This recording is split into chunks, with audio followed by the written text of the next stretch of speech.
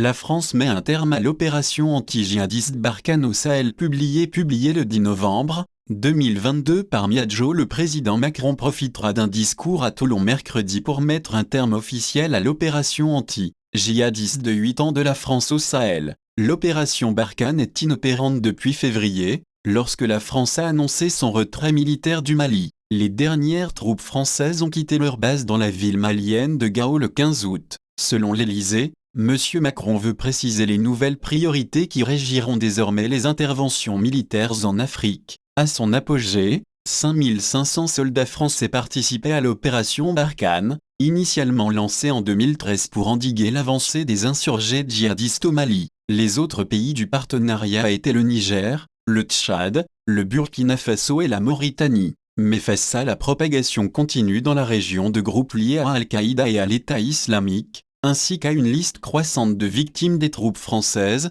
58 morts, les chefs militaires et politiques à Paris sont devenus de plus en plus dubitatifs quant à la viabilité de la campagne. L'hostilité croissante envers la France parmi les populations locales, attisée par les médias sociaux et la désinformation généralisée, a rendu la tâche à la fois ingrate et dangereuse. La dernière goutte a été le coup d'État de 2020 au Mali, dont les dirigeants ont accusé la France d'ingérence et se sont plutôt tournés vers la sécurité du groupe de mercenaires russes Wagner. Monsieur Macron, qui veut tracer une ligne publique dans le cadre de la campagne, devrait dire que la France n'abandonne pas la lutte contre les militants islamistes dans la région, mais que ses efforts se dérouleront désormais sous des conditions d'engagement différentes. Quelques 3000 soldats français resteront au Niger, au Tchad et au Burkina Faso, mais ils n'agiront pas de manière indépendante, uniquement dans le cadre d'actions coordonnées avec les armées nationales. De manière significative, ce déploiement continu n'aura pas de nom officiel,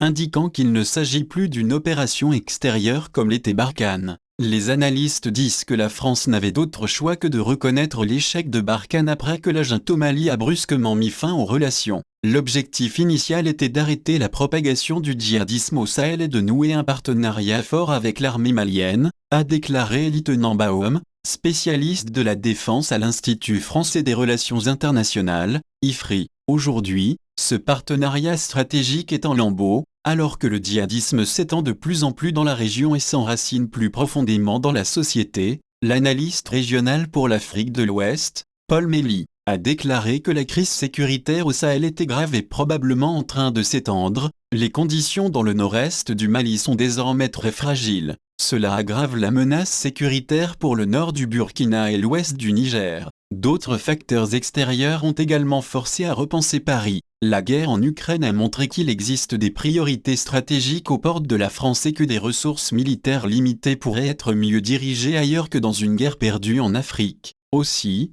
dans la bataille d'influence en Afrique qui se livre sur Internet et les réseaux sociaux, la France a le désagréable sentiment d'être déjouée par des acteurs moins scrupuleux, dont la Russie. Le récent coup d'État au Burkina Faso, lorsque des manifestants anti-français ont été filmés brandissant des drapeaux russes, a été considéré comme une preuve supplémentaire de la façon dont la propagande hostile tourne les habitants de la région contre la France. Quand la France est là, on l'accuse d'ingérence. Quand elle n'est pas là, on l'accuse d'abandon. Quoi qu'elle fasse, la France a tort, écrivait récemment dans le Figaro le grand reporter Afrique Patrick Robert. Ce dernier redéploiement est un effort non seulement pour réduire l'exposition des troupes françaises sur le terrain, mais aussi pour gagner plus de cœurs et d'esprits africains.